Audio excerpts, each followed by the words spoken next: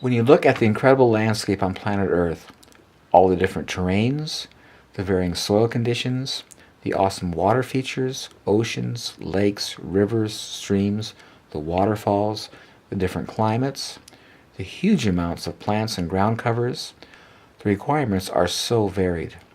Can one fathom how big a project that was? When God designed the landscape project for planet Earth, He was so genius, He designed it in such a way He would never have to show up to work. It is completely self-sustained.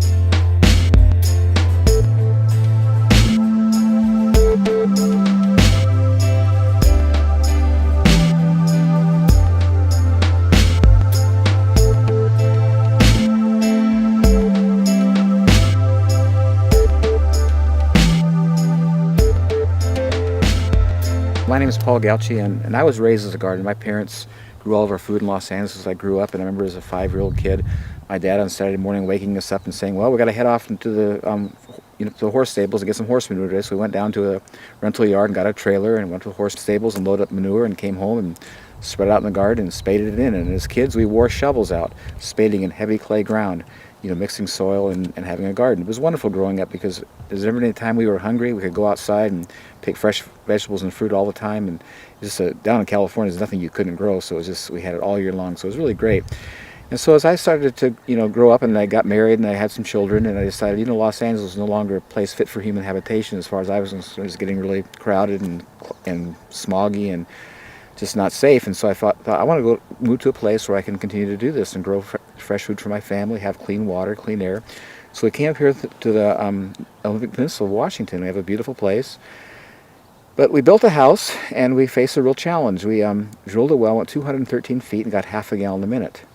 And if you're doing the math and thinking about that, that's not enough water to do a garden. I'll never forget as long as I live. It was August 1979. It was a great year to build a house. It didn't rain all summer, but boy, in August, all this grass was totally dead. The road coming in was all dust. And I'm looking at that and saying, God, how am I going to grow fruits without water? And it was so incredible. I hear inside, he says, well, you're looking at the wrong thing. Turn around and look at your trees. And I pushed enough out when I built the house that I knew they had shallow roots. And I says, God, you really have my attention. If you can show me how you do these without irrigation, I can do an orchard.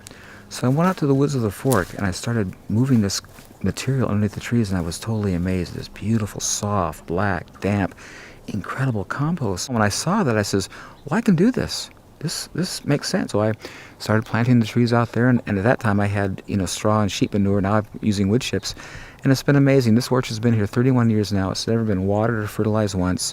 It goes through droughts or whatever, and it's just every year it gets better. As I was doing this orchard, experiencing these incredible results, because I was a creature of habit, and because our nature is to do things as we were taught and not to inquire from God, I says, okay, God, thanks for the help, but I can handle this on my own. And so for, I think, probably 17 years, I was out here diligently rototilling, hauling in organic material. You can see a place over here, my major rock pile. This is my altar. This is where all the rocks that came out of my garden over here. And I'm just doing this stuff, and I'm feeling I'm on this treadmill, just running in place, going nowhere, feeling like, oh, I'm going to keep up with this. Every spring, the ground is totally muddy and wet. When I tilled it, it turned to weeds in 5 to 7 days, solid green with weeds. I planted things 3 feet apart so I can rototill with it, do the weeding with the tiller, and it was just labor intensive. And one day I got out my orchard. I don't know what motivated me. I got on my knees and I started moving these wood chips, and I'm down to my elbow in this beautiful black compost. And I got up and started screaming. I was so angry. I said, there's something wrong with this picture. I have been killing myself to get this in my garden. I don't have it. I didn't do anything here. And I hear inside, well, it works in your garden the same way. You didn't ask. I was so angry. I threw that tiller away and I started covering my garden with wood chips. I always say to people the greatest gift God ever gave me was that lousy well, because it opened me up to Him and to show me His incredible, work in creation. I've been a gardener for 55 years. I've done tilling, done all that stuff, and it's so amazing now. My only tool is a rake, and it's just so easy and so simple, and the production is so superior to what I ever had. Ever wonder why you're working? Ever tire of researching? Oh, there's gotta be a better way. So you lift your hands up and pray. Father,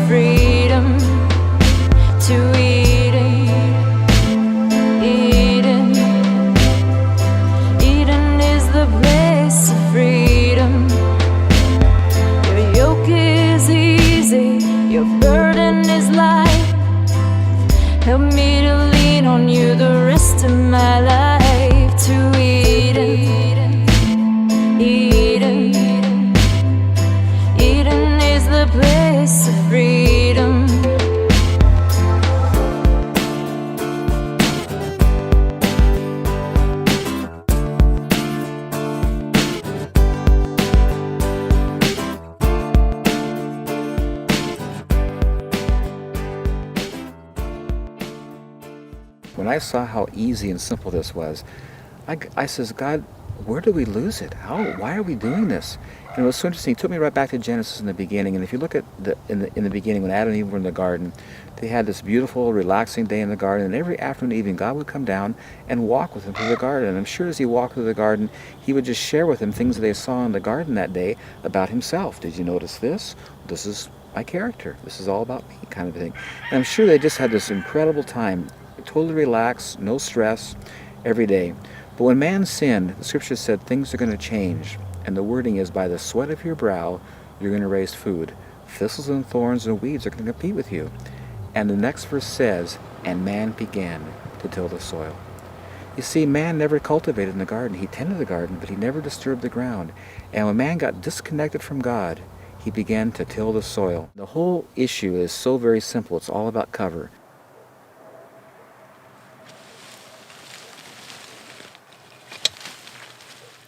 Nowhere in nature where man has not been do you ever see exposed dirt. That only happens when man comes and takes the cover. Everywhere in nature where man has not been, it's either covered with needles and leaves or grasses, but the ground is covered. And the reason is because the ground is a living organism. And as all living organisms, such as ourselves, we have skin to protect us. The animals have fur. Fish have scales. Birds have feathers. And the soil is a living organism.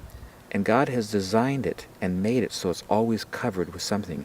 And when you take the cover off, it becomes vulnerable and it gets lost. And this is the thing that amazes me about us as intelligent human beings, how we don't see it, because we've been experiencing it for thousands of years in a negative way. We're all around us, all through creation. Everything's just growing beautifully with no work.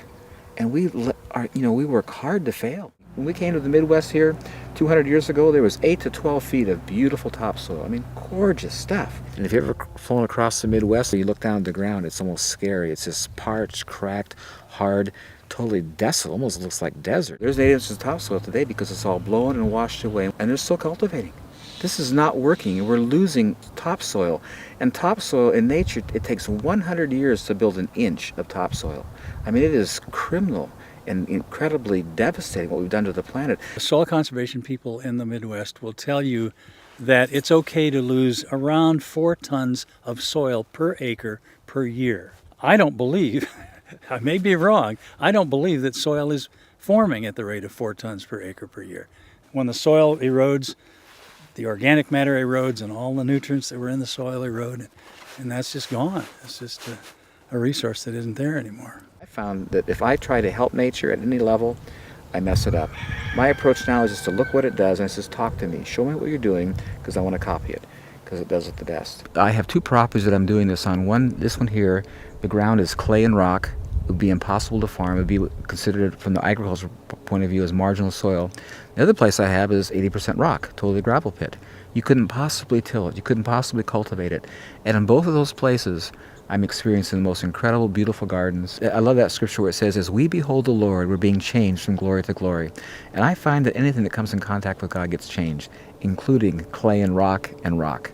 It's just so awesome to take people and take them back and show them my incredible ground. You can't even break with a pick and walk on this stuff. It's totally buoyant. Everything's just growing great, And I didn't do anything. I just put the cover down and God does it all. Whatever organic, natural thing you have at your disposal, it will work. And I've used everything from straw, grass clippings, leaves, animal manures, rocks. But having used them all, I come back to wood chips and I see where it's been for a while and what it's done. It is my favorite. It just is the nicest thing to use. First of all, when I speak of wood chips, I want to delineate between wood chips and other things that people put in the same category, such as bark or shavings or sawdust. Wood chips, when I say wood chips, I'm referring to branches that have been chipped. Branches of trees, which is about 90% needles and leaves, that have gone through a chipper or a tub grinder. You want to get it from the source, either a good tree service or someplace who has a good amount of it, and because the bag's just too small and too expensive. If you live in an area where you have local tree services, people that are trimming trees or taking them down, I would just get in the phone book and look for those kind of people, and that would be a great source. In most cases, to them, it's something they've got to get rid of, and so they're looking for places to get rid of it, so it shouldn't be a problem. Just this whole area gets filled. Just pack it in tight. As much as you can bring, man. I'll use it.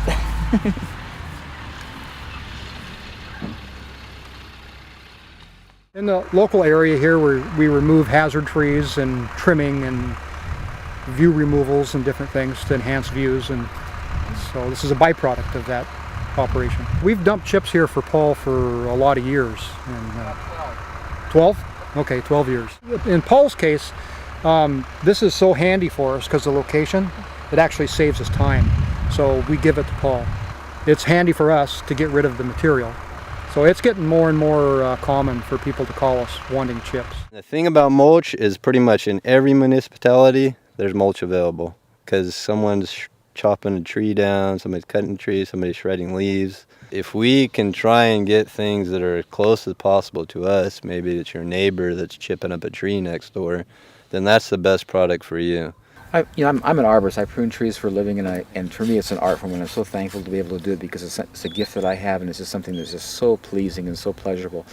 You know, it's interesting that the scripture talks about pruning. There in John 15, Jesus is saying that I am the vine and you are the branches, and my Father is the husbandman. He's the one who maintains and cares for it all. And it goes on to say that he prunes the trees for what purpose? So they'll bear more fruit.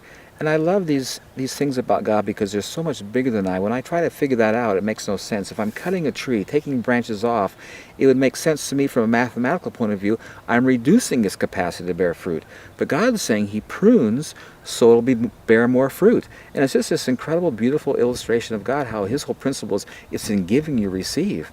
And so with the tree, when you're taking stuff out of it and it's giving of itself, that process develops it and strengthens it and encourages it to produce more fruit.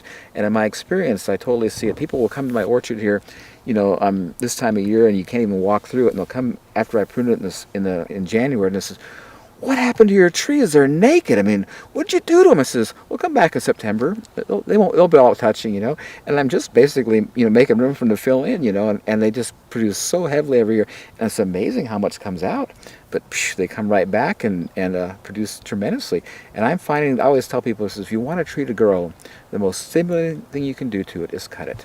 Cutting it will way surpass fertilizing, watering, anything else. Nothing compares to the effect of pruning.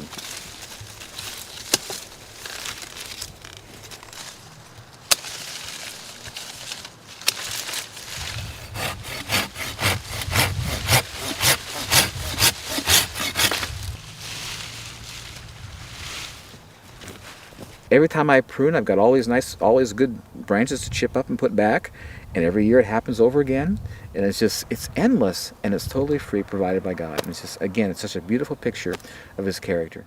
My name's Steve Johnson. I run what's called the Lazy J Tree Farm. Most of the farm is in Christmas trees, fruit orchards, vegetable operation, and then the compost facility here. I only do yard waste through my facility. Normal yard waste that comes in, as long as you've got fairly good green coming in, with the yard waste, has the right carbon nitrogen ratio to compost properly. I ran a chipper for years, and you have to pick up the material and put it into the chipper, and after a while it's just too much labor and energy for what you're getting out of it. And so the tub grinder is really a good way to put the material through fast, and you never handle it by hand.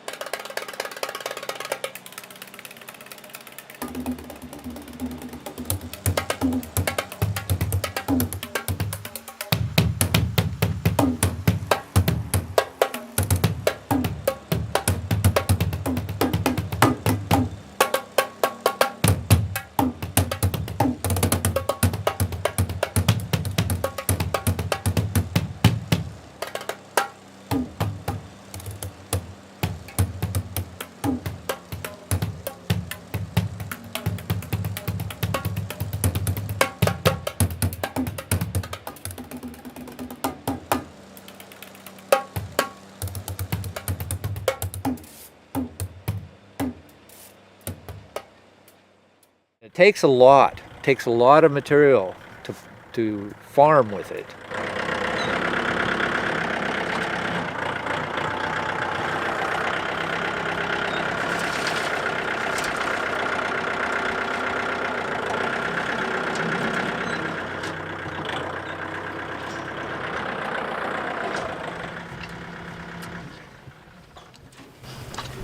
You know what's so interesting about this? Track with me. I came across this revelation the other day.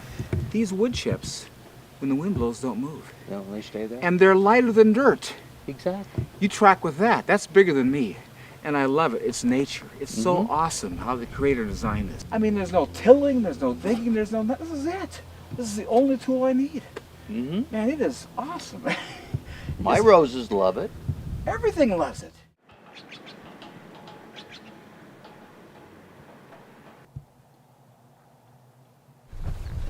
Well, I just went to the place where they make all this good compost and got a nice load of it. The last time I put this here was about 3 years ago. And I think with this application, it'll probably go maybe 4 or 5 years.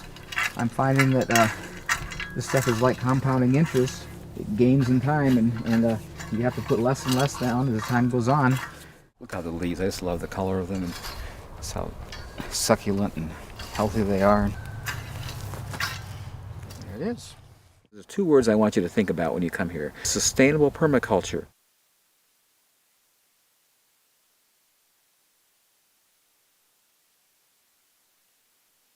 Everything you see here was created in nature for free, and it's renewable.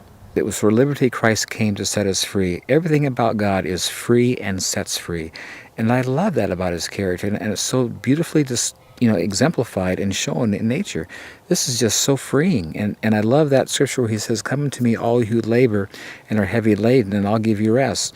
Now you have to ask the question, why do we labor? And why are we heavy laden? It's because of the fall. He says, "Take my yoke upon you." And what do we use the yoke for?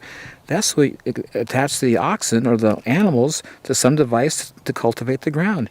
And Jesus says, "I don't do things like you. Follow me around and learn from me. My yoke is easy and my burden is light." And in this incredible environment, in this thing that God has created, he shows his magnanimous, awesome, giving, generous nature. And it is so beautiful in comparison to the man approach of tilling and putting back, constantly being on a treadmill running, never getting on top of it. All these wood chips just sit here. I don't do a thing. Anytime I choose to plant, put a seed in, it totally thrives. If I don't use it, it just waits for me and develops, richer qualities. And in the meantime, it doesn't blow away, it doesn't turn to weeds, and it just stays. Where conversely, anything that I do, if I don't stay right on it, maintain it, I lose it, kind of thing. I'm a slave to it. And again, it's just this incredible quality of God of just setting us free. What I find quite interesting is that the issues we have in agriculture, and I'll just list them: soil preparation, fertilization, irrigation, weed control, pest issues, crop rotation, pH issues, none of those issues exist in nature. And what I'm finding at my place, none of them exist here either. And I feel just so thankful to be set free from that.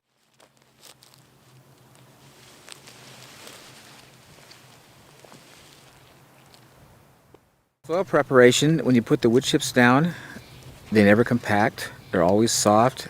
Every year I come out to my garden, all I need is my rake and just grate it out, make a little groove and plant my seeds. Because the air is always present, because it never compacts, it never has to be prepared. You come to a place where you've got you've garden, and your garden at the end of the year is all hard again. So you bring in this really nice organic material, fertilizer, manures, whatever, you till it in, you got this really fluffy, nice, aerated material. You're so happy. Oh, what a nice garden. You get out and you rake and you plant, stuff comes up. As the year progresses, when you get to the end of the growing season, that ground is right back to where you started. It's all compacted and hard again. And here's what happens. I use the example of a fire. To get a fire to go, you have to have 3 ingredients: ignition, fuel, and oxygen. In the soil, nitrogen is always present. That's the igniter. And when you bring in raw material, the fuel, and to get it there, air follows, it all burns up. You don't see smoke, but it all burns up. There's a number of different ways to use the material. If you take the raw grindings and mix it in with your soil, it'll rob all the nitrogen out of the soil to rot the wood or rot the material. So you don't really want to do that. So I tilled in these beautiful potato chip wood-colored orange wood chips into my garden last spring, and I wasn't too successful. My soil test says that I'm way down in nitrogen. Because I tilled those wood chips in, I tied up all the nitrogen in my soil. But now I know you never till this stuff. You just add to it. which was the mistake I made. So by getting the faith back and going back to what Paul has taught me, I think this is going to work because it just is simpler, right? Basically, what soil needs to survive is the same as us. It needs air, it needs water, and it needs food. It's a basic principle for all life. And so when you take mulch, for example, which is true in the forest, because there's not just one grade, like someone didn't go through and sift it and it wasn't always all coarse material or it wasn't all fine material. There's all what they have like macro pores. So there's all these different air pockets through the soil. And so what that does is it keeps the top part of the soil and even further down oxygenated. And so there's that oxygen available. The microbes and the earthworms come up into the soil, and then they can actually deal with that material and break it down. Normally when people think about mulch, they might think about what they call bark nuggets, which are just big chunks. It has to have different sizes of actual material. You have to have small grades, you got to have things like needles, you got to have things like chips. You can't have just one standardized size and expect that to do the same as what, I mean, if we look at what Paul's got here and I dig down, there's probably, I don't know how many different sizes of chips all the way down to what the finished product is, which is soil or organic material to the point where it's, I mean, that's what you're going for. Now, if I took and I multiplied this by a couple hundred times and that's what I was using, it would break down, but it would take a lot longer, and the ability right away for it to help out diminishes. I started off with alderwood chips, which are kind of big potato chip sized chunks of wood. This has been here a year, and it hasn't broken down yet. So I don't think this is what Paul's talking about. It would have taken too long to break down. And the other main thing that they're finding with a lot of different trees, grasses, plants, vegetables, compaction levels. A true healthy soil is not compacted, and when it does get compacted, it loses the oxygen, like those macropores we were talking about, and you get an area where it becomes what they call anaerobic, which means the oxygen level is too low for the microorganisms to live. We're dealing, as I said earlier, with compaction here on our farm, and certainly we're growing root crops to help alleviate that problem. What we're also doing is adding wood chips on top, knowing that they're going to break down slowly over time, create fines, and also work into this compacted soil. So it's kind of like a passive tilling almost that's occurring, which is a really exciting prospect to think that we don't need the heavy machinery or the heavy disturbance. We can just keep adding and it'll work itself out. I have used the raw grindings, and there's a number of people that do this, is just keep it on the surface. You're basically sheet composting, and it's more of a mulch than an additive to your soil. I have a tendency to compost between 10 months and a year. The compost itself, once it's composted, and then it's a screen material, you can use that several different ways. You can plant straight in it, which is, there's a lot of people who do that, or you can just leave it on the surface as a mulch. Compost does a lot of wonderful things besides just nutrient benefits in your soil, worms and beneficial fungus that's in there. You'll just see the plants just love it.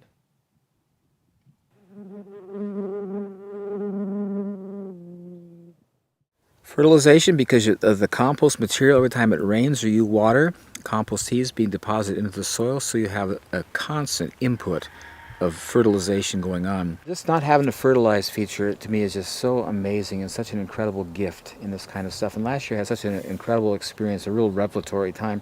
I had planted a row of spinach in the spring, and it came up really nice, and we enjoyed it. And I pulled it out and planted another one. It came up, the next one came up bigger and nicer than the one before. And then I was getting ready to pull it up, and one of my neighbors was talking about this black Spanish radish that was so good, so I planted that for her. And that came up, and she couldn't believe the size and how beautiful that was. And I'm looking at this, and I'm just contemplating what's going on. And she says, now, God, talk to me. Every time I planted in the same row this year, each one was bigger and nicer than the one before, and I didn't fertilize. This is so opposite of what my experience is in gardening. Whenever I planted something, something was taken out, I had to put something back. And here I'm putting nothing back, and each planting is bigger and nicer than the one before, you know. And I hear him say to me, it was so incredible, in Romans 1, he says, the invisible attributes of God are clearly seen by the things he's made, so that no one has any excuse not to know God. And so I just started taking it in and says, God, what invisible attribute are you showing me here? He took me to Philippians where it says, and my God shall supply all your need, not from his riches, but according to his riches in Christ Jesus. And what he's saying there is that when he gives, he makes no deduction. He makes no withdrawal. He is the same. And he says this compost is illustrating that quality of my character. It gives, and it gives, and it gives. And there's no withdrawal. There's no negative. It just continually gives. And that's who I am. These leaves are falling down, and the idea is they're feeding the soil back. So they're done. So at this state, the chlorophyll is going out of them because they're going dormant. They're going to drop these leaves that still have nutrients, and the reason they're changing color is that green chlorophyll is gone, the pigment.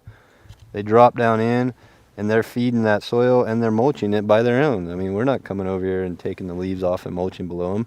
And if we go over here, or we go out in the forest, they're doing the same thing. So, I mean, they've been developed over these eons to do it, and so, I mean, why question it? Obviously, that's what it wants to happen. And when you go out, and someone might say, well, that's not true with grasses. You go out into the grass field, let's say the prairie of the Midwest, there was grasses that were over my head, but underneath it was mulch from the grass. You know what I mean? It wasn't just green living grass with nothing out. There was mulch, all those blades of grass that had broken down fed the grass. There's nobody that goes out there and fertilizes that. I mean, that's the thing that people always say, well, you got to have fertilizer. You have to fertilize. Or, I mean, if there is no out, you're not taking it away, you know, it's all going back. The animals were eating the grass and it was still going back. So if you can recreate that in a garden, it's the same exact thing. The leaves come out, they do their purpose, they go back into the soil. It's really simplistic, and sometimes the most simplistic things are what people don't like to accept as being the answer. Whenever you buy fertilizers, there'll be three numbers or three things that they're analyzing in the fertilizer, and it's nitrogen, phosphorus, and potassium. Nitrogen is what gives the green, the good vigorous growth. The phosphorus is what creates the budding and the flowers and the fruit production. And the potassium is what gives hardiness and health and strength to resist disease. And all those things are important to be in the soil for the health of the plant. Chemical fertilizers, even though they have the numbers that say they're adequate in these features, do not have minerals. And so the plants that are growing without minerals don't have those in them, so they don't have the nutrient qualities that plants that grow in organic soil do. The minerals simply aren't there in the soil anymore. And so it'll take up what it can get, but it isn't there to be gotten. And so you end up with a fruit or a vegetable or whatever it is that simply isn't as nutritious as it once was when we had more fertile soils. Just the sort of calcium, magnesium, potassium, iodine, those kinds of things, the things that aren't fertilized typically, as 30-40% reduction in what they were getting 50 years ago. That's pretty alarming, which is helps explain why food doesn't taste as good as it used to. It isn't as good as it used to. It's not as nutritious. I always go to that scripture where God says it's good for a man to bear the yoke in his youth. God's saying up front, if you're going to have anything of value, you've got to work for it. But he says if you do it the right way, you want to do it early on, do the work up front, and if you've done it right, over time, it'll produce for you. And this is what I think is so neat about the wood chips and God's way. You see, when they came with chemical fertilizers, they told the farmer, you can have this immediate lush growth now. And they were right. What they didn't tell you down the road using these chemical fertilizers, that every year you had to use more and more to get the same effect, and your ground eventually became sterile. When you use the organic approach up front, it's kind of a lot of work to bring in those wood chips because, you got to cover the ground. It takes a lot of cover. But over time, what I found at my place is that you start having this incredible gain. Initially, you put a lot down, and you have to, in a few years, you got to put it back again. But I'm finding that each time I put a layer on, it's a lot longer before I have to do it again because I have this incredible base built. And it's like you have a foundation that's just growing, getting, better and better. So over time, you're getting a higher and higher yield with less and less input, which is how it should be, because you get older, you have less energy, and you want to get return for your effort, and that's God's way. That's how He is. I love that scripture in this. It says, "Do not despise the days of small beginnings." And I just encourage you to be patient. Nothing happens of any value quickly. Things that are of value take time, and the beauty of this process is that as time goes on, it just becomes more and more valuable. So, if you don't expect miracles at first, because it's going to take a little bit of time. And as you plant things and you feel they're not doing as well as you'd like, then you can use fertilizers to supplement. Eventually you won't have to, but initially you might, and that's okay, because you've used them anyway before this, so you can continue to use them now. Good organic manures, if they're clean, work well. But as it goes, you'll find that you won't need to use those fertilizers, and you really have an investment that cannot be compared to what the rest of people are doing in dirt. You got horses, you get horse manure. That's a given. Not too many constants in life, but that's one of them. You got to get rid of it. Okay, so what do? We clean the stalls, we take it out, we dump it in a pile. People want to use it for mulch. It has to be kind of a superior product. So what we do is we feed Eastern Western hay. It's professionally grown, and there's no weeds in it. And that's really important, because weeds, the weed seeds will go from hay, will go through a horse's body unhatched, undeveloped, and come out, and you'll get weeds. We use fir and hemlock shavings, so they decompose very rapid, as opposed to using cedar, which decomposes or doesn't, very slow. And it's so simple, even I can do it. You just make a pile, and then I don't haul anything unless it's at least 6 months to a year old. In our garden up here, our experience has been you can plant right in it, because it's chips that have dissolved, as well as the manure and so on. So we've had really good luck that way. It would not be good in the garden without being decomposed with something else, That's a common complaint if you use straight horse manure. I'll go get some and show you a sample of it.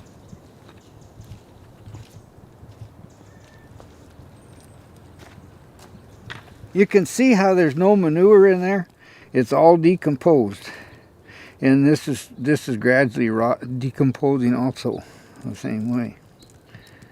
And as you use it, you'll notice that each year the soil gets better, especially if you, like Paul was saying, where you put down a ground up wood chips type thing and then cover with it. It makes a sustainable program. It's a recyclable thing, and then of course the vegetables or the flowers or whatever you have grow. They die for winter. You put more on. It's a circle type thing. Yeah, and it makes you feel kind of good, because ecologically it's pretty darn sound. Our culture is so wasteful, and so most people think, well, get rid of this wood chip stuff, get rid of it. You cut stuff in your yard and stuff. One of the things that you probably know about Paul now is that any waste out of his garden goes over into the chicken coop or into the chicken pen.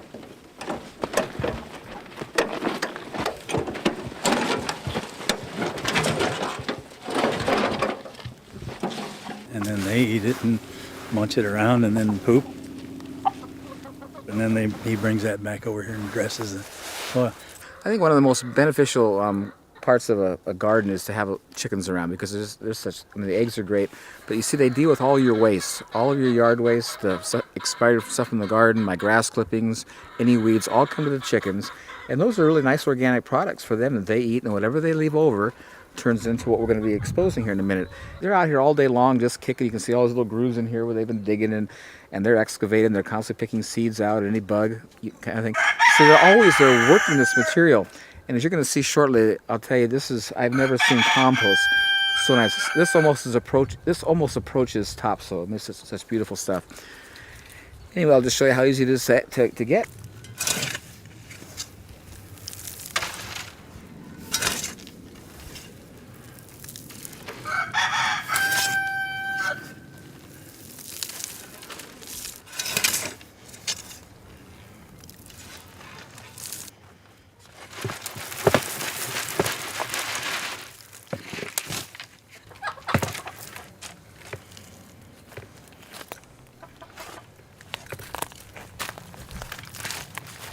You can just See what beautiful stuff this is. I mean, look at this stuff. It just won't compact.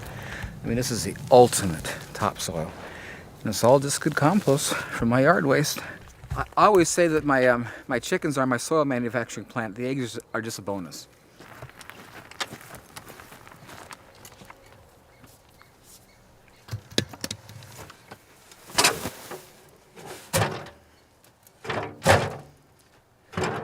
Look at this beautiful fine stuff.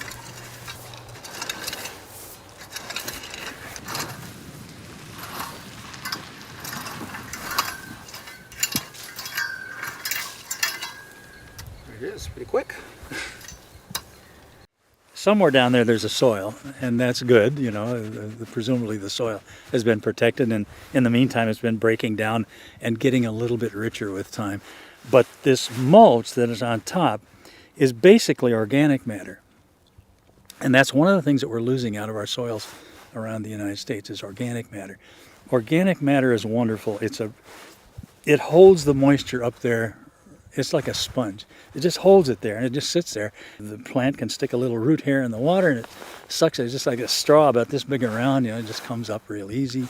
And plus being in contact with that organic matter, it's got plenty of minerals, plenty of nutrients, lots of nitrogen and all that sort of thing. It's quite interesting. People always ask me, well, wonder what your soil's like if they tested it. I says, well, I've never tested it. I've already seen where I came from. It's getting so much better that I've just been really happy with my results. But I think this is really neat. They did a soil testing and we were actually able to see that all this stuff, I mean, the soil completely is over the top as far as, nitrogen, phosphorus, and potassium, which is what the plants have always indicated, which is nice to see that scientifically this, meets the criteria. It's what it looks like. Every year in the same place I get a higher and better yield because the compost is being deposited into the soil via rain and water as a compost tea, and it's just like the soil is the bank, and it's a real descriptive of like compounding interest. Just gets better and better and better, and the beauty is I do nothing. Irrigation, well, the rain does great, as it does everything out there. Nature does everything with rain, and so it is here. Now in the summertime when I'm planting seeds out in my garden because it's dry on top, I'll water initially to get them up. But once they're up, I stop watering. When you go to plant and you pull them aside, if they're not wet, you want to water because seeds have to have damp ground to sprout in. And so this, whatever state it's in when you go to plant will indicate whether you need to water or not. Irrigation is a big issue these days, especially with places where there's not much water or places when there's too much. Although we're in Washington, the evergreen state, it's known for having lots of water. Here in the rain shadow of the Olympic Mountains, we're getting about 16 to 18 inches of rain a year, which is very dry. And of course, that dry season is the growing season as well. And so, the importance of efficient water use is just, at a maximum. There are a lot of problems with irrigation. One is that it's a lot cheaper or easier. It's a lot easier just to waste water. Spray the water through the air or dump too much water on the ground and it'll infiltrate and it'll sort of disappear, and so you're not bothered by it. But I think the last thing I heard was that irrigation on the whole is something like 50% efficient. It's about 50% of the water is getting to the crops. And now that water is getting scarce and we're running out of water in a number of places around the world, we're actually the North China Plain, for example, lots and lots of those farmers are going out of business every year. The idea that we can use wood chips and reduce our water use by 95 to 99% is just really exciting. That's something that my friend Paul has proven over the years, and something that we're doing here as well now. Even in the short time, we've certainly seen water holding capacity and growth attributable to the fact that we've heavily mulched a lot of our plants. And you see how it's damp down in here, and see these tomatoes have never been watered and won't be watered all summer. You can drive a truck on it, it won't compact, and it just gets better and better and better. Here, have some of these tomatoes. They're starting to get ripe. This is what I get so blessed by. Look at this. Look how damp this is. And this is August. And it's going to stay this way. This will never dry out. And this is why I don't have to water. Where in dirt, you won't experience this. It's going to be compacted on top. You dig down, it's dry. But look at this beautiful material. You know, and I find it's quite interesting in my experience. I have a place here that I have a pond, and I plant my potatoes down there because they like to be watered. And I find that things around there grow so much better than they do when I water from the top. And I'm realizing that in the beginning, before the flood came, there was no rain. Everything was water with water coming up from the ground as a mist, and that is the ideal way to water. It's the ideal, and I think in Psalms it talks about a tree that's planted by the rivers of water that brings forth its fruits in its season. Its leaf also shall not wither, and whatever it does shall prosper. You ever go along riverbeds or stream beds, you'll see the plants alongside the trees are just huge and lush and just gorgeous. And that's the ideal way to water, is to have sub-irrigation water coming up underneath. And I think it's so interesting, in nature, the ground, it maintains and holds that water, so it's always there. It's always available to plants on a continuous basis because of the capacity to hold it, And watering from the top is so counterproductive in a garden situation because that's just, not as effective as, sub-irrigation or material that holds water, so you can just live off the rain. The rainwater is a superior water. Groundwater never compares to the benefit of good rainwater. And if you've ever done a garden, you see after it rains, everything just grows great. Nothing like when you watered, So if you can live on that, that's the best. You'll find with wood chips the incredible advantages. There's no sponge that'll hold water like wood chips. I'm amazed at the water it holds. And for example, we live in a place where just 70 miles down the road there's a rainforest. It gets 15 feet, I'm not saying inches, 15 feet of rainwater a year. And when you walk in the woods, the forest there's no water under your feet. It's not spongy, it's not damp, it's damp, but it's not soggy. And it's amazing, those wood chips totally absorb that kind of water quantity. And the other thing that's amazing about wood chips is when there's not enough, like it's like now if you look at my grass out in the front there, it's all brown, but in the wood chips in my orchard, it maintains the moisture. And here's the incredible thing about God in His design. When there's too much water, the wood chips displace it, and when there's not enough, it retains it. And at that point, I'd have to check out because that's too big for me. The idea is with something like what Paul's got going here, is you're creating a layer over the soil that can act as almost like a blanket for the soil so that the moisture level in the soil is staying up to the levels it should be. If this was blank and there was no mulch, 9 out of 10 there's a lot of runoff. I mean, there's water, just normal rain is taking any nutrients that are above and either leaching them away or leaching them down into the soil. Where this mulch, when the rain's hitting it, it's stopping right there. It's slowly working into the soil. The microbes and everything, the bacteria, the earthworms, everything that's living under that is protected. And then they are slowly decomposing that mulch down into the soil, which is the food for the plants. Water is such an important thing. We couldn't live without it, and I think it's quite interesting, the ratio and how it is on the earth. 75% of the earth is water. Our bodies are 75% water, and what I'm finding in my produce and fruit, it's 75% water. And I'm seeing a real connection here and a real balance. And what's interesting in plants that are growing in dirt that are irrigated with water, they don't have that water content. And I've discovered the reason is that we see in dirt, because it's compacted and hard, roots can't develop like they would like to, and so they're pretty compacted and not very spread out. But in this environment where there's so much air in the ground and it's so porous, the roots just spread everywhere. And because you have this very large root system, it's able to take up all this water. I've always said that the amount of water in the ground has nothing to do with what's going into the plant. Because you could have, heavy clay ground, which is what I have here, and I could be watering all day long, and it's not going to go in the plant because the ground's so compacted, there's no root system. But in this stuff, because the ground is so porous, I don't need to water at all because the roots are everywhere. Drawing such a wide area, they're taking up such a huge amount of water, so it doesn't matter about how much water is in the ground, it's because of their capacity to take up. And that's what's so key, and this is what I just find just such a pleasure. Anything I pick, you break it off or you bite it, and just juice and water just flows out of it, And that's how it's supposed to be. That's really the design. And it's just so important for us to be hydrated with our food and to be getting enough water. And like I say, the stuff you buy in the store, it just doesn't have that water content. Oh, this fennel is like, I can't even describe it. Isn't it awesome? It explodes in your mouth. It's amazing. But everything, you see all the water in that? It's all about roots. You know, you got to water 2-3 times a week, depending on what the temperature is, what your soil is, and sometimes more if you have sandy soil. And Paul never waters. Never waters. It's you go out there and it just blows your mind. Just blows your mind. You see, because the compost holds the water so well in the ground, I don't need to irrigate. And because I'm not irrigating, it just stays totally weed-free, because when the weed seed blows in on top of these dry wood chips on the top, they can't germinate. And the other nice feature is when you go to pick vegetables, it's not muddy. It's not got dirt all over. It's totally clean because I wasn't watering. And when you walk on it, it's nice and dry. There's no mud. It's just such an incredible benefit not having to irrigate continuously. And they noticed, like when we started getting some rains, all of a sudden these little weeds started popping up in places. So you see, those seeds were here all summer, but now that it's starting to rain, they're going to come up. And I just take my rake and rake them out. It's not a problem. They don't have a lot of, a huge amount, and they're very easy to control. But it makes such a difference when you don't have to irrigate continuously as far as your weeding issues.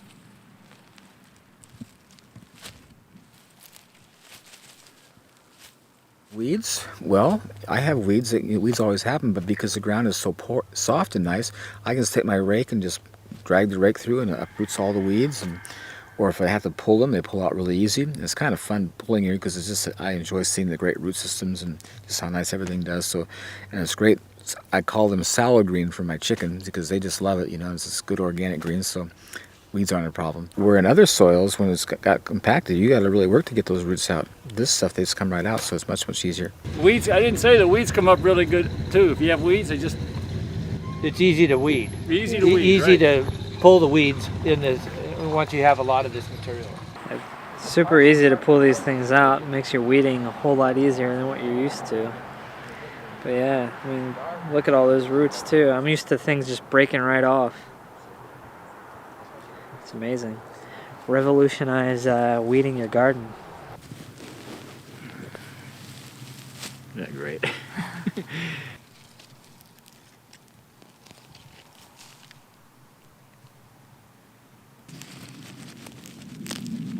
Look at that good old root. So it just makes it such a difference when I used to get down and have to pull weeds, and you have to get a tool to get underneath to get the root because they break off. The blade goes straight down next to the dandelion, and then I just simply pull back like that.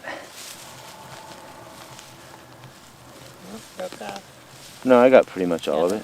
When I used to till this, it was just solid weeds. Blows my mind because it's just like this was the same space.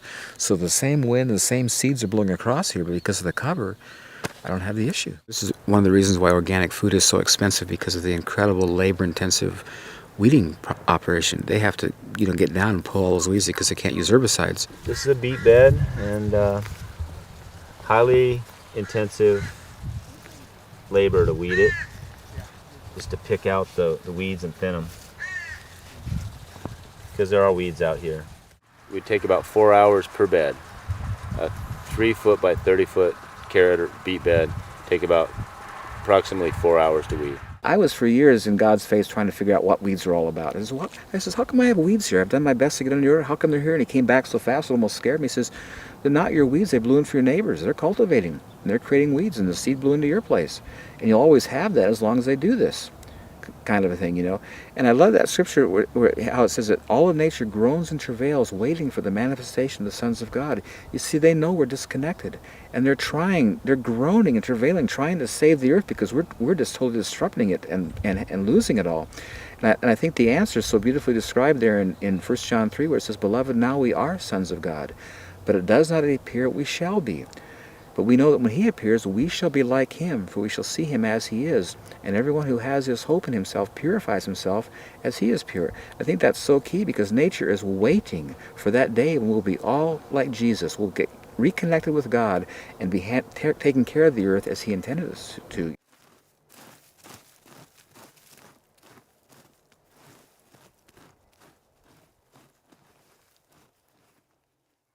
Occasionally pests will come in nature and will defoliate a few trees every now and then, but not serious enough that it causes any great losses, and nature always overcomes.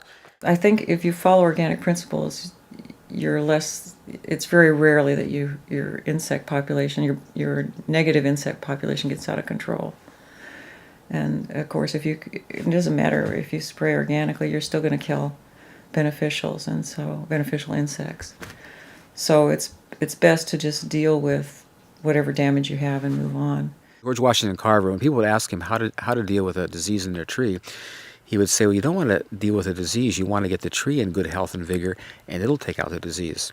I think that's such a true statement, and it's so true about everything. And if you'll get a real healthy plant, as I have here, I don't have any insect problems. If a bug bites into my plant, he drowns because there's so much water there. He just is infused with it, and he wants cellulose and fiber, so he goes somewhere else to find a stressed, dehydrated plant to eat on because he can't eat on mine because there's too much water. So if you have a healthy, vigorous plant, insects are not a problem.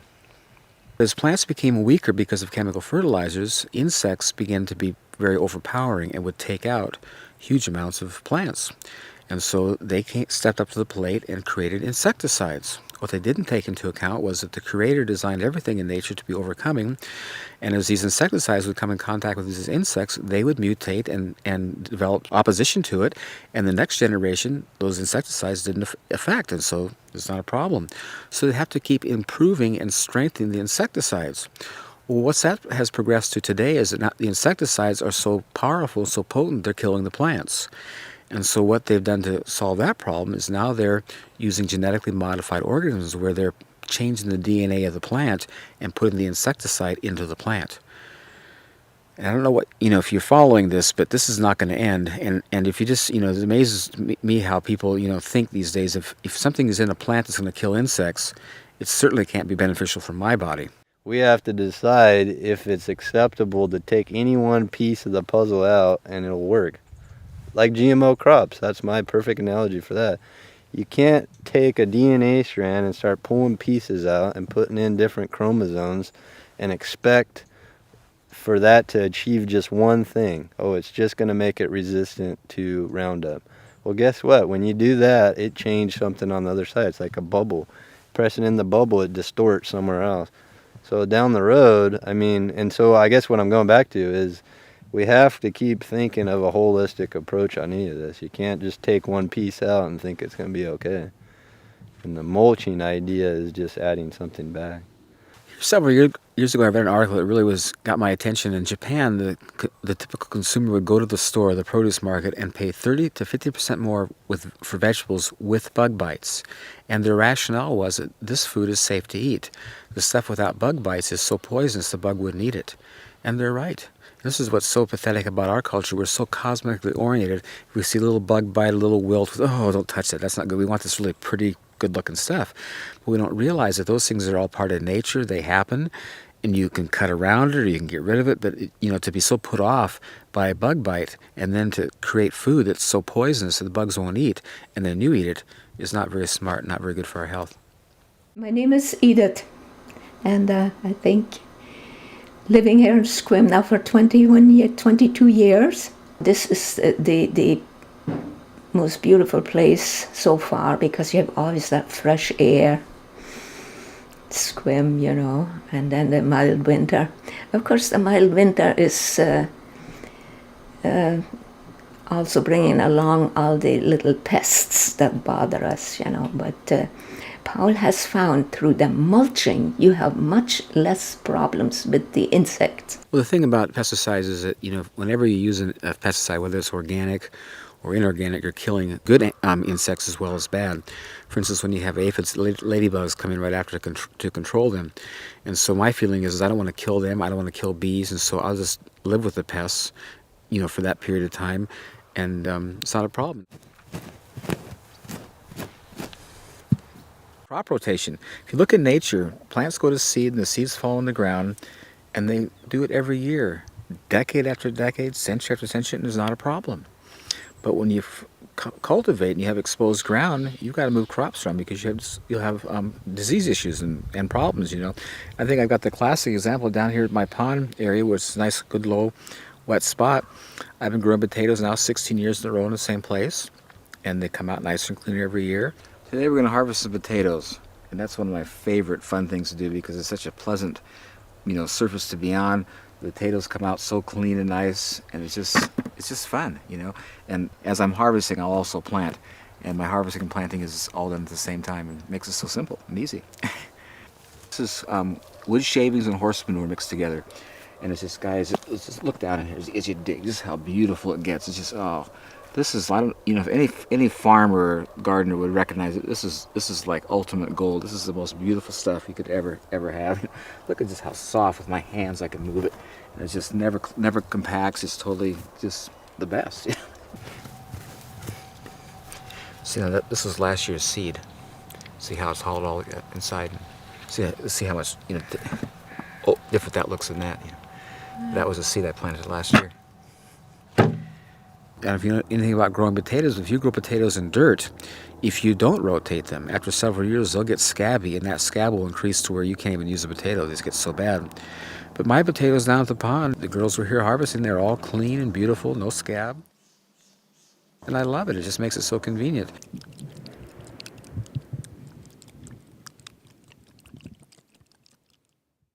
pH issues. You know, I have over here in my herb garden, I've got blueberries, which everyone knows is a very acid-loving plant.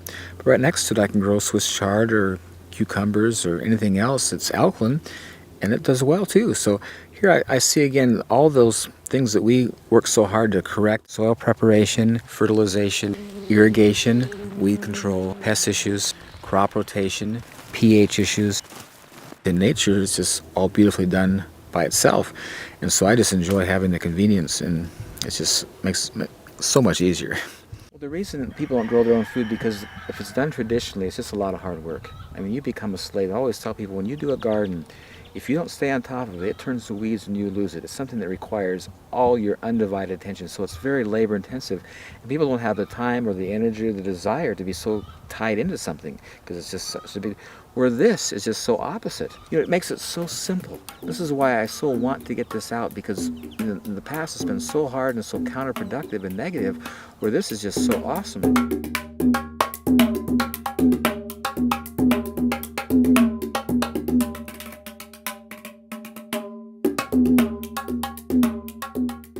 We're in Southern California, in the South Bay area of Los Angeles, in a town called Palos Verdes. Southern California only gets about 13 inches a year, even in a normal rainfall year, and we've had drought for the last 4 or 5 years. And what we've tried to do is find interesting California native plants and plant them around the garden as much as possible, and then more recently vegetables, and see how they do in this area. We've basically taken the existing soil, which is pretty dry, a mixture of adobe and clay and little rock, and added mulch as much as we can to make it richer. Certainly we hope that plants will grow more healthily and more readily with less water, and so that's kind of an experiment. This is actually soil that we've worked a little bit, but has lots of hard particles and doesn't work very well for plant roots. So definitely getting it more moist and adding some compost on a regular basis is important. In Southern California, it doesn't get terrifically cold in the winter, but it can get quite hot in the summer, and it's definitely a way to hold in the humidity and to keep the soil from drying out so much during the hot months. Well, just recently we learned about a source of covering through the Los Angeles Sanitation Department. They are taking the green recycled clippings and yard waste and those kinds of things, and grinding it up and making it available at I think 6 or 7 different sites around the LA basin at different times during the week, and just come and pick it up. So we've done that a couple of times now, and getting big barrels full of free mulch is great.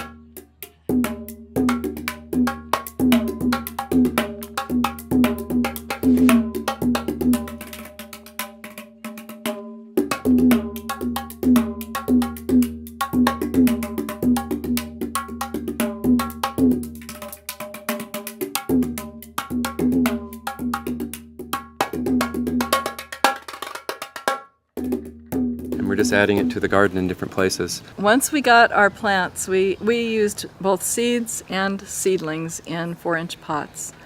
We cleared away the wood chips we had laid down on the original soil, just in an area big enough to dig the hole into the existing soil.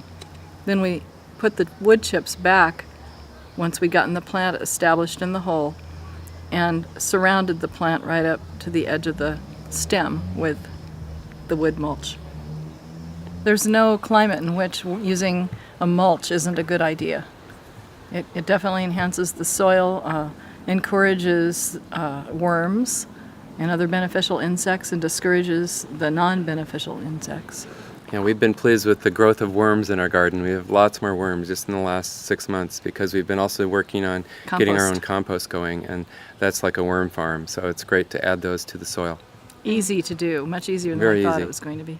I work with middle school students, and it's a really good compliment to me to go out and just kind of work with plants and be quiet and enjoy watching them grow.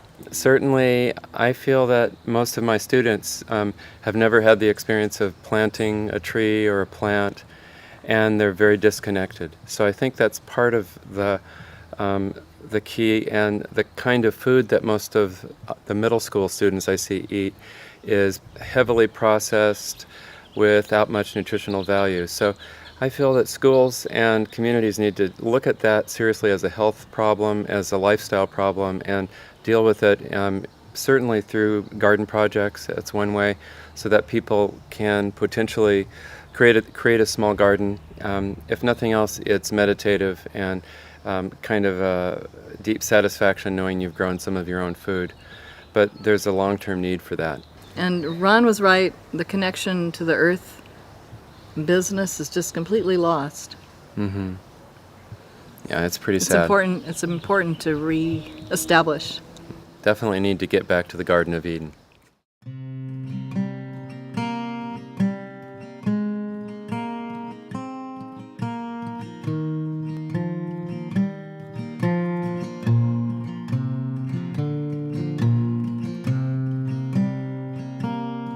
Hi, I'm Diane McComber. Hi, I'm Hannah McComber. And I'm Mark McComber, and we are in Gettysburg, Pennsylvania at the Back to Eden Film Demonstration Garden. When we were asked to maybe help do a demonstration garden, we had a slight problem. We don't have land, we live in town. And so we started seeking the Lord and praying.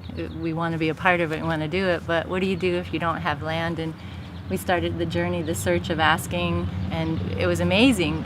We had 4 different people that actually offered us plots of land. And one day Mark was talking to Jeff Wilson and about we needed land and wood chips. We needed a provision. And we were seeking the Lord, and none of the things seemed right. There were little glitches with each of them, and we kept waiting and listening, and it was amazing. Jeff said, I have land, you can use the churches. And that's how we actually got to have the demonstration garden here at Heritage Assembly of God Church.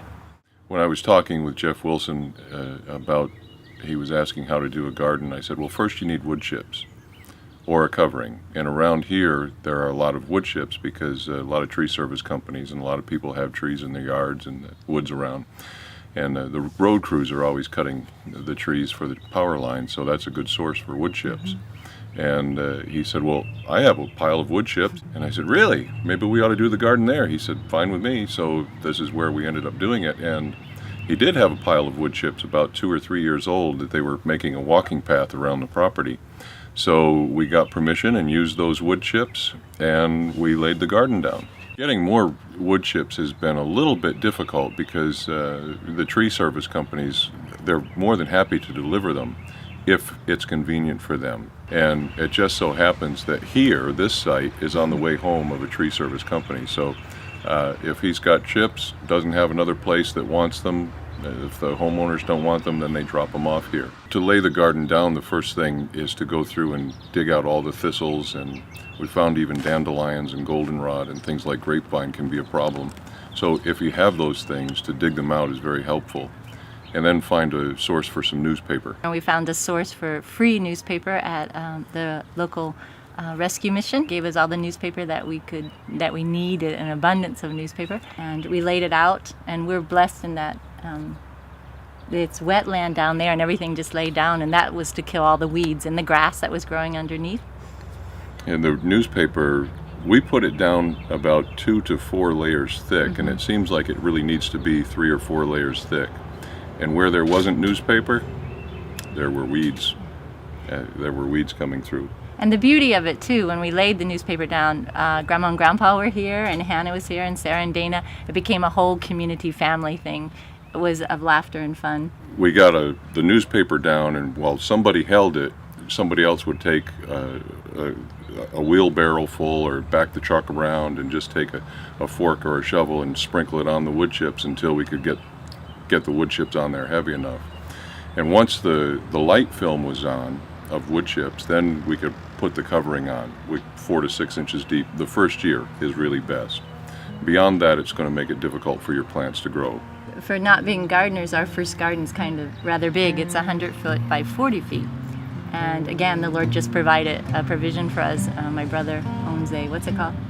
Front end loader. Front end loader. And he came and he really helped us a lot. Thanks, Steve.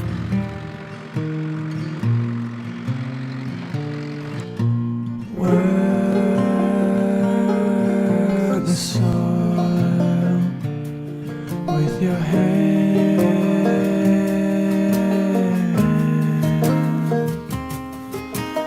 Work the soil with your heart.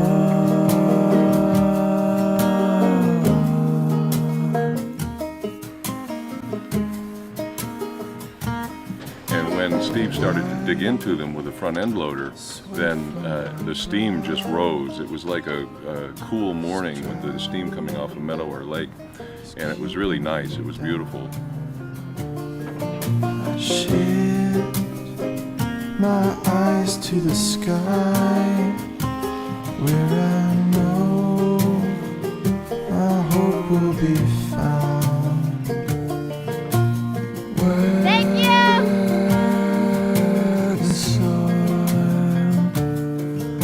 Your hand,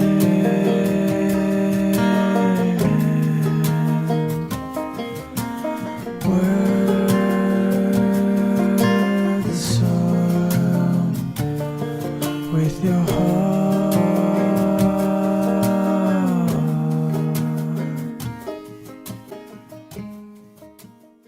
We were really blessed again because all of our seeds were donated to us from Washington State.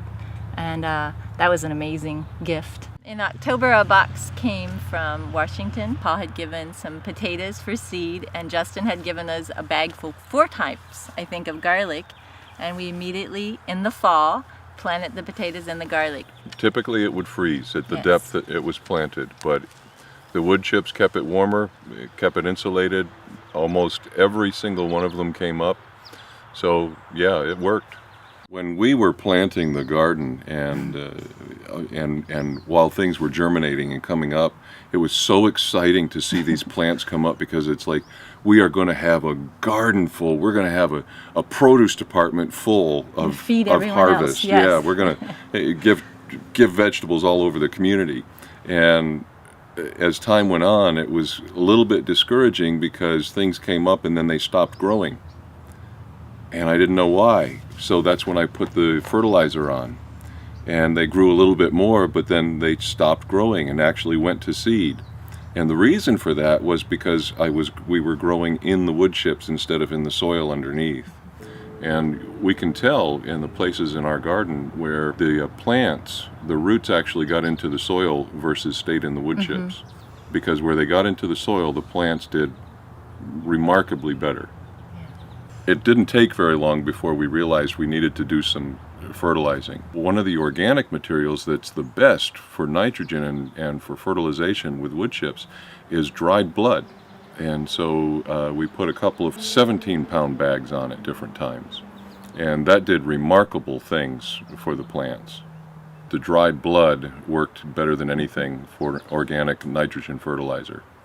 As far as this garden, I think what we would have done differently would have been just to put about 4 inches, 4 to 6 inches of wood chips down, and then part the chips and plant in the ground beneath the wood chips. And that soil really does get prepared pretty quickly by the wood chips. It softens the ground up pretty quickly. When I moved the wood chips off in one area, I just took my finger and I began to dig. And in no time, I was down 2 inches really easily.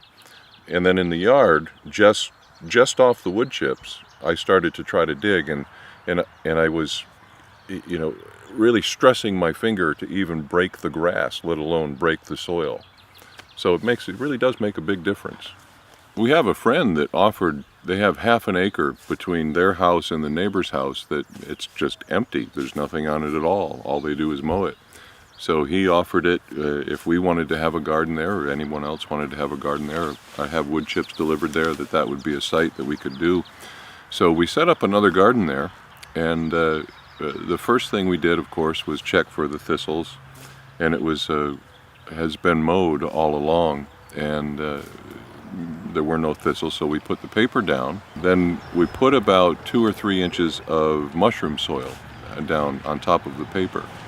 And then once the mushroom soil was down, we put about 3 or 4 inches of wood chips, somewhat composted wood chips, on top of the mushroom soil.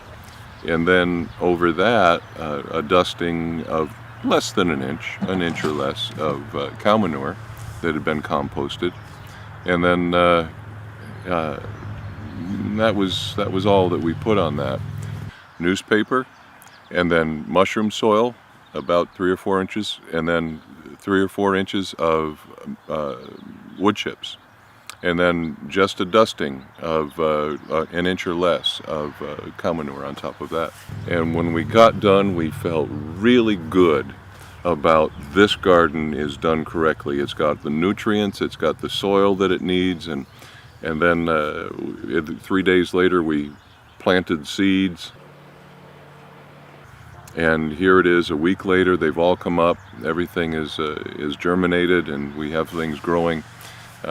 And so Father's Day, best Father's Day of my life, we planted the new garden. When we planted in that garden, we moved the wood chips out of the way. We did not plant in the wood chips. We planted in the mushroom soil that had the nutrients and used the wood chips as the covering. When you plant in the soil and they get big enough, then you side dress them with the wood chips. So that's what we'll be doing when they get big enough. So it's looking really good. It's growing really well. Something that I think it's too, and more about, that honestly really is about the garden. I think it is to take kids back for a generation. I do think away from video games, away from TV, away from sitting, take them back into nature, because God does display himself in nature. You cannot look at a seed and see the miracle of something coming out of it. We watched as the beans were coming through the ground, and the seed was still on the sides, and the little green plant was coming out through the middle, and we watched it in amazement. And you cannot not have a lesson about God at that moment for a generation. Just to see God. I mean, that's why I believe God started Adam and Eve in a garden. We're back to Eden Organic Garden. I'm Johnny and I'm 5 years old. My name is Hannah McComber and I'm 9 years old.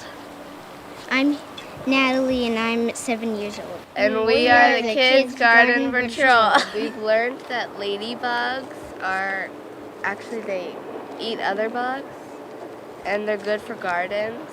Whoa. What did you find? Ladybug. What's your favorite bug? Ladybugs. Why is ladybugs your favorite bug?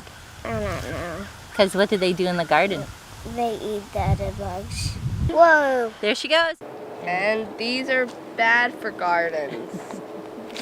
They eat the leaves. Why do they eat the plants? Because they're hungry, I guess. Get off of there. There's a fat one.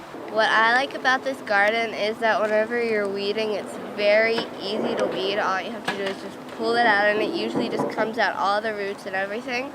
And we have friends where they had a garden, and it wasn't with wood chips or anything, and they tilled the soil and stuff, and it was really hard to pull their weeds out. You hardly could pull them out at all. And I think that's cool that I can pull the weeds out really easily. I wish that all children could learn how to do a garden and teach their children when they get older. I like coming to the garden. I like coming to the garden too. I like coming to the garden as well. We like doing it together. Bye!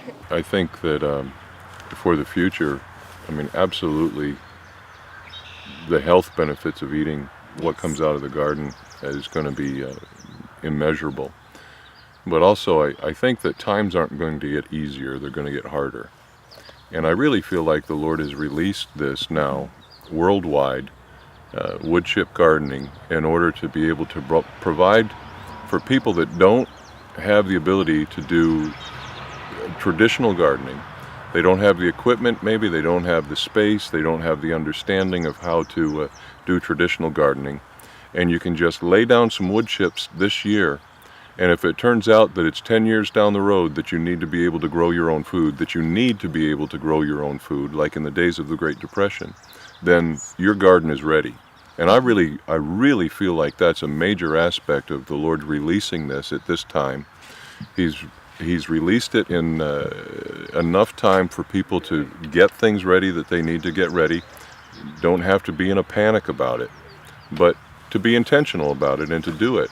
Some of the spiritual lessons I think that we learned from doing the garden, or at least that I learned, was that God always speaks to you in the garden. It's amazing, the dialogue. And also being patient. The garden, I think, just teaches that amazingly. And to trust the Lord in the fullness of time. The fullness of time He brings forth His glory, His beauty. Fun lessons like the seeds, to trust, even when you're planting them. One of the first dialogues I felt like the Lord had with me with the seeds was that they might not all germinate, but you still plant and just trust Him. There was beauty in that for me, with even just the spiritual connection with that. Was we live our lives. We just plant, and He does the rest. I think one of the main things that I've learned from the garden was that, we really did receive a seed from the Lord about wood chip gardening, the covering, and was very excited about it, and then wanted to just move on it quickly, and having to have patience to wait on His timing as to where it's going to be, how it's going to be, and then things coming up. He plants the seeds, but the things come forth in His time, and He's put the seed in us with this, and things have come forth only in His time. You can't force it.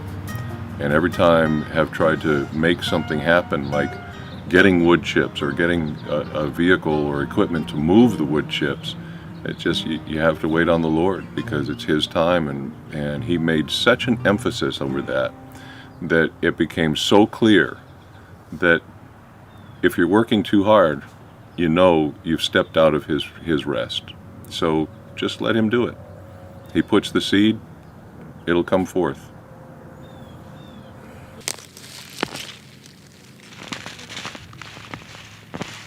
I always come back to, I love that statement of Jesus, "Come unto me, all you who labor and are heavy laden, and I'll give you rest. Take my yoke upon you and come learn of me. My yoke is easy, my burden's light." And I find that if I'm doing something that's stressing me out and getting a lot of work, I'm realizing this is not God. This is not how He does things. And I just love my harvesting approaches. Whenever I get around to it, I do it. If I don't, it's all right. I have chickens that'll use it if it's gone too far. And the advantage of harvesting when stuff is fresh in season, you're getting the ultimate food value. I think it's interesting too how when God's explaining to us how He provides for us, He says, "Consider the birds of the field." It's how they don't toil, they don't sweat, and I provide for them. Are you not of more value than them? And then he says, "Seek first the kingdom of God and His righteousness, and all these things will be added unto you." And we look at all through nature. Everything in nature is not pressured, not under stress, and they eat everything fresh in season. It's all there for them, and they do wonderful. Where us, the most sophisticated of all the creation, stress out, and we don't eat good food, and we buy all this processed stuff, and we're thinking like, Jesus is trying to get our attention. Consider them. Pay attention. This is how it's supposed to work, and I care a lot more for you. And it's just what I think is so sad is that God's made such an incredible provision for us. He's given us land. He's given us seed. He's given us, the sun, the rain. It's so easy to grow food, and it's so natural. It's what everybody's always done from the beginning of time until the Industrial Revolution. So we need to get back to the original and do it right.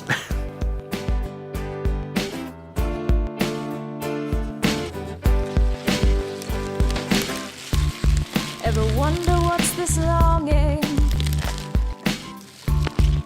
whispering at your heart for the thing that you were meant for, but you don't know where to start? Father, can you hear me?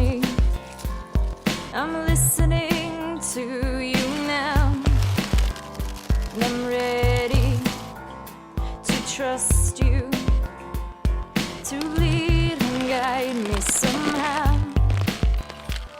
The creator of the universe concerns himself with me.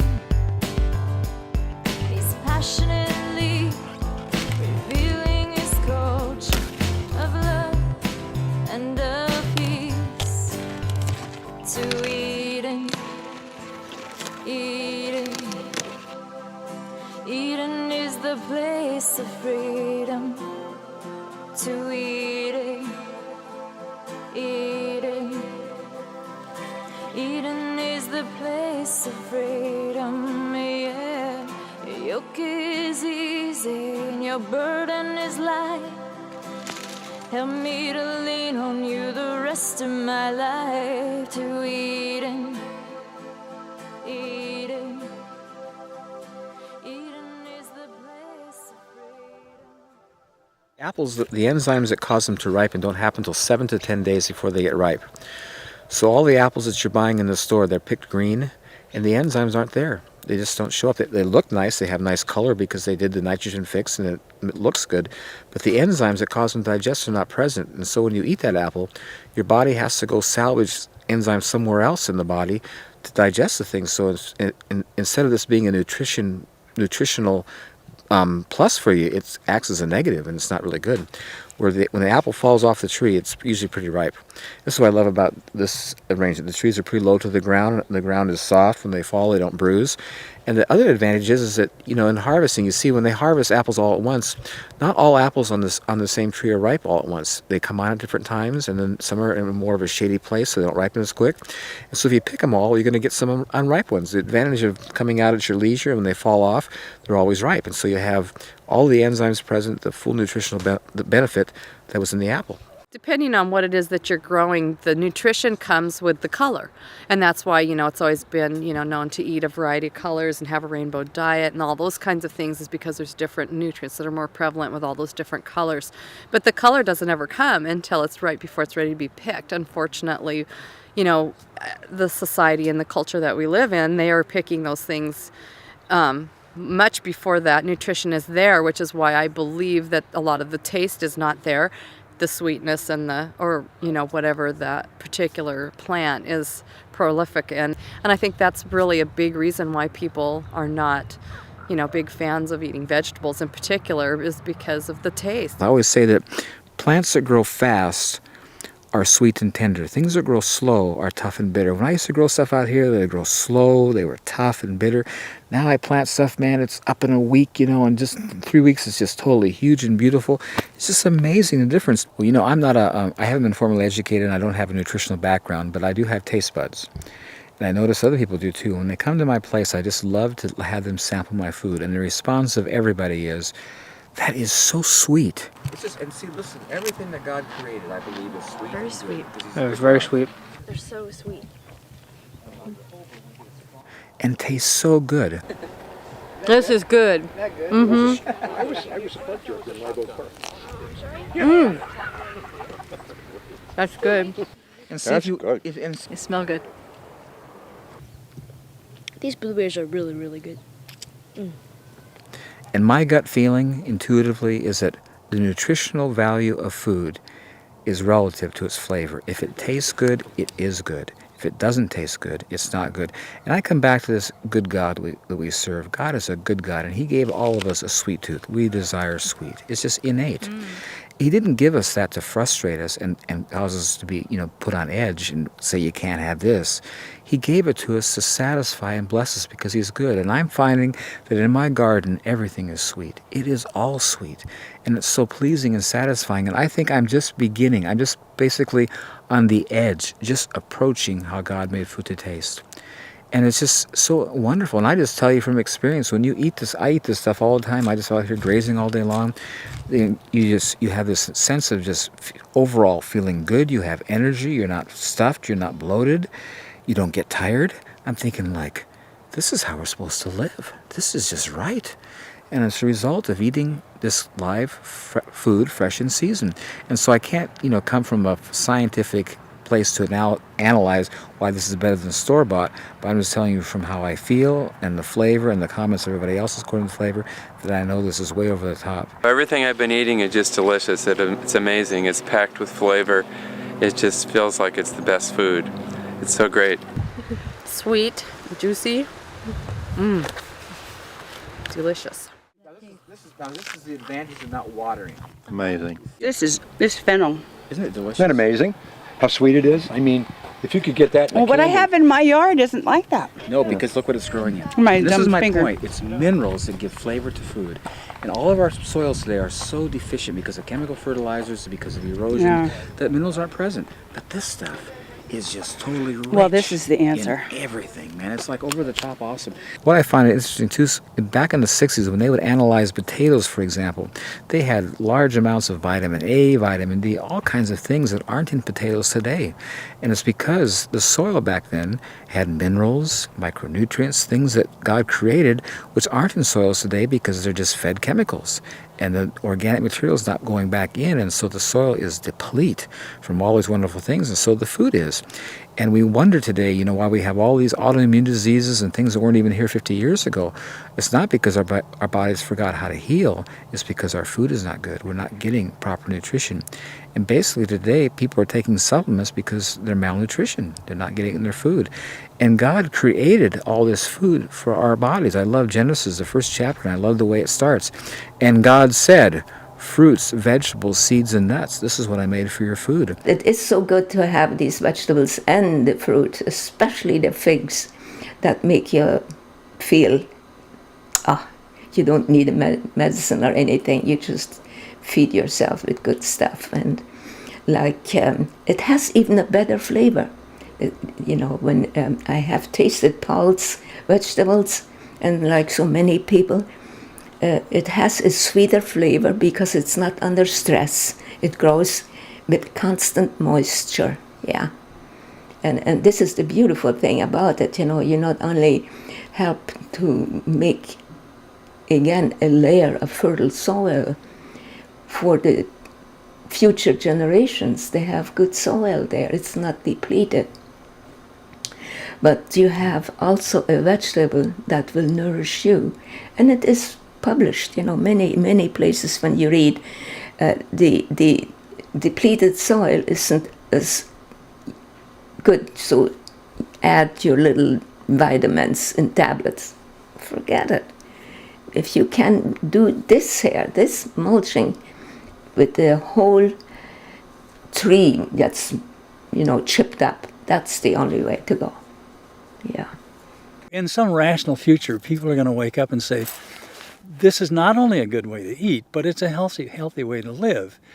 And ultimately, when you start thinking about quality of life, if your kids are healthy and you got plenty to eat and you're leading a healthy lifestyle, man, the rest is just gravy, whatever else you do. So yeah, I think this has a significant potential to be a big part of the human future. A lot of people mistake this place as a farm, and it's not a farm. This is a home where my family lives, where I raised my family, and I did this intentionally to have a place where they'd have a wonderful place to live, where we could grow all of our own food. And I've purposely, just because of how God's given me this really wonderful revelation of how to grow things, and His whole economy is in giving and receive. I've just never been in any position where I wanted to sell anything. I just have no desire to, and I just have such pleasure in sharing and giving with people because I have such an abundance. There's plenty for all of us, kind of thing. And it's just fun for me to watch people just randomly come to my place, pick things and walk off, and you can't even tell they were here. And it's just such a wonderful feeling, you know. I just love it so much like God because it's just His nature to give, you know. And if we just get connected with Him and start doing things His way, we have an abundance. He provides us with all we need, and we have excess to give away and to bless other people. And it's just a great way to live. I love it. I heard about this garden today from my friend Marcia Brees and her brother Mitch. So we took a notion to come up here, and it's been an incredible revelation. The gardening techniques are a revelation. As the owner was saying, they're so simple, so straightforward, so profound that many people overlook them. Gardening with compost, not using any water, and this is the result, is just a revelation to me. Do you think that you would ever try this at home? immediately, in about 3 hours. Every herb and vegetable that he's grown in this garden is so flavorful, so pungent, so powerfully flavorful that I haven't tasted anything like it in a very long time, certainly not in the supermarket. And you don't see it this big in the store. This is not elephant garlic, this is Italian red. Thank you. And I want you to notice when you use it just how moist and nice it is. Oh, yeah. Totally awesome. Oh, yeah, thank you, thank And you know you. where I grew that? No, Right out in my orchard, underneath my tree. underneath the trees. This is And you know what's so this is cool about gigantic garlic. is the easiest It's thing in the world to grow, perfect. and here's why. You plant it in October. We're amateur gardeners, and we're going to implement this stuff. I know we are. It all tasted really good. It's just all outrageous. Oh, it's unbelievable. I mean, when you drive up, that's why I put myself in front of this. The whole front row of this orchard is these dwarf apple trees with the wood sticking out the top. And it's magical. It looks like it's right out of a movie. It looks like, I expected Alice in Wonderland to come bopping out any minute and say hello. And I told my son we're going to see a garden, and he's 10 and a half, going on 15. And like, oh, do we have to do that? And he just came up to me a little bit ago and he said, I'm glad we're here. Even he thinks it's cool. If it passes the test with him, it's okay. I've had a carrot, and I've had some cilantro, and probably the most shocking thing was the anise.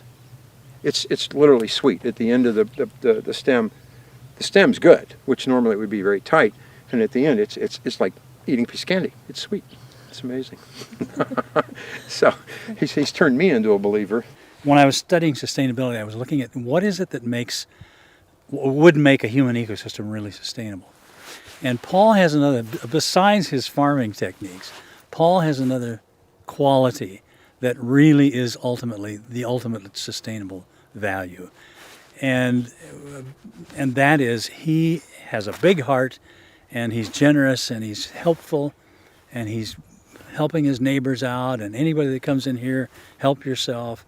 And that's the sort of attitude, if you really want a sustainable human culture, that's the kind of attitude that we really ought to be spreading. If the human species is ever going to be sustainable, it's going to be because of people like Paul. Not necessarily because of how he farms, but because of his heart.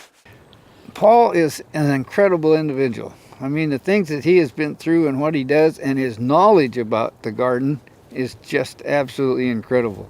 And he's sent me quite a few people that have used our products, and he not only that, he's very honest. I mean, when he talks to people, it's from his heart.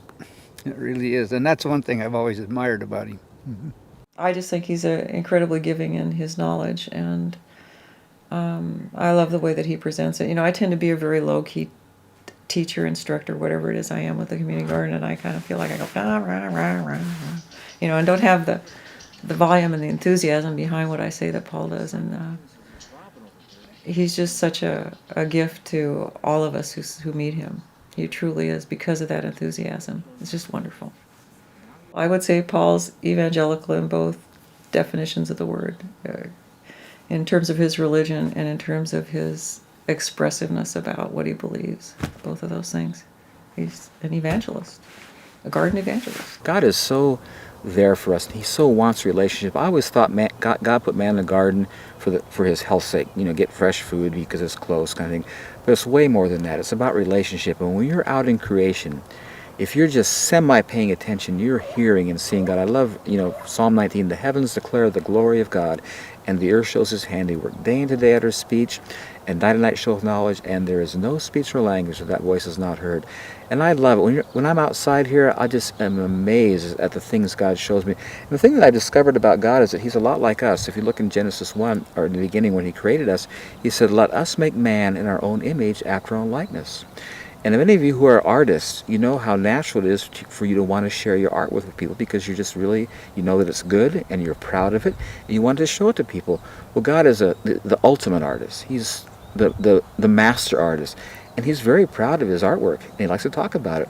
And I find when I ask him questions about nature, he just is right there. Yeah, and let me tell you this, and let me show you this. It's like, it's just awesome. What I find so interesting about God's creation is so in line with the Word of God, because he's the author of both, and the creation and the Word are saying the same thing. They're revealing the beautiful nature of God and showing his handiwork, and they're totally synonymous, and I love it, because whenever I'm hearing from him, the Holy Spirit always brings scripture that verifies and validates what he's saying, and I know who I'm hearing from. I love the scripture. You know, Jeremiah says, "Call unto me, and I will answer you, and show you great and mighty things you don't know." And then the verse in Proverbs, I think, is just so helpful. It says, "Trust in the Lord with your whole heart," and he helps us to remember where our heart is. It's not here. He says, "And lean not on your own understanding." He says, "Do not try to figure it out. And in all of your ways," and what does all leave out? "In all of your ways acknowledge God, and he'll direct your paths." Very simply, God's saying, he says, listen, when you have issues, ask me and trust me in your heart. Don't try to figure it out, and I'll show you what to do. When I come out here in the garden, I'll have issues and stuff, and I'll just ask God. I'll just give you a neat example. One day I had a bunch of people over here, and the guy noticed my potatoes over here, and he says, "Well, how come you don't hill your potatoes?" In a typical garden or farm where you have potatoes, because as potatoes grow, they expand and they'll come to the surface. And when they surface, the light will hit them and turn them green and makes them toxic. So the farmers have to keep hilling up dirt to keep them covered, you know. I looked at my potatoes, and this is, well, the first answer that comes to mind is I don't need to, but I'm not sure why. So when I'll go in tonight and I'll ask my mentor and I'll get back with you. So I go in the house and says, "Now God, how come I don't have to hill my potatoes?" And it was just so beautiful. It was like he took me underground and showed me a potato develop. He says, "Watch this potato, because the ground below it's compacted and it can't move down. As it expands, because dirt is heavy, it falls off the potato and the potato comes to the surface. And for that reason, they have to keep hilling dirt over it to keep it covered. But in your wood chips, because they're light and they're totally intermeshed together, when the potato expands, the wood chips just lift." And I looked at that, and I love his responses. "And remember, I told you I did this so I wouldn't have to show up to work. Healing potatoes is work." And I just started laughing. Yes, God, you're so awesome. I always tell people when they question, whether this will work someplace, or it may work for you in a small place, but you couldn't do it on a big scale. It says, or they have questions that they can't fathom. It says, you know what the issue is here? You haven't taken into account an omnipotent, omniscient, omnipresent God who holds all things together by the word of his power. That's awesome. When you take that into account, there's no issues, and he's demonstrated. This is what I love. All through creation, it's demonstrated. It's not like this is hard to do. He's showing us in everything in creation how beautifully he does it, because of his incredible, all-powerful, all-knowing, totally all-present capability. And I love that word. He holds everything together by the word of his power. Awesome God.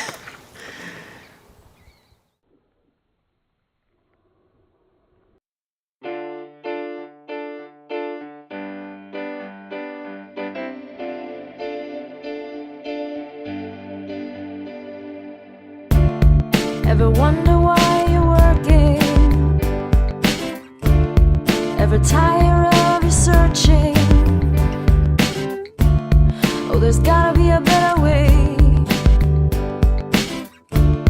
So you lift your hands up and pray. Father, can you hear me? I'm listening to you now. I'm ready to trust you, to lead and guide me somehow. The creator of the universe concerns himself with me. He's passionately revealing his culture of love and of peace to Eden. Eden is the place of freedom. To Eden. Eden is the place of freedom. Your yoke is easy, your burden is light. Help me to lean on you the rest of my life. To Eden.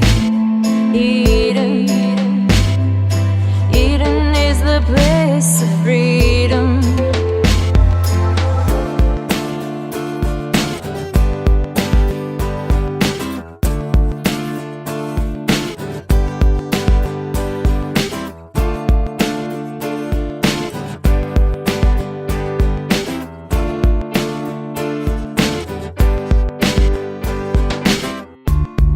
Ever wonder what's this longing whispering at your heart for the thing that you were meant for, but you don't know where to start? Father, can you hear me? I'm listening to you now, and I'm ready to trust you, to lead and guide me somehow. The creator of the universe concerns himself with me. He's passionately revealing his culture of love and of peace. To Eden, Eden, Eden is the place of freedom. To Eden, Eden, Eden is the place of freedom, yeah. Your yoke is easy and your burden is light. Help me to lean on you the rest of my life. To Eden, Eden.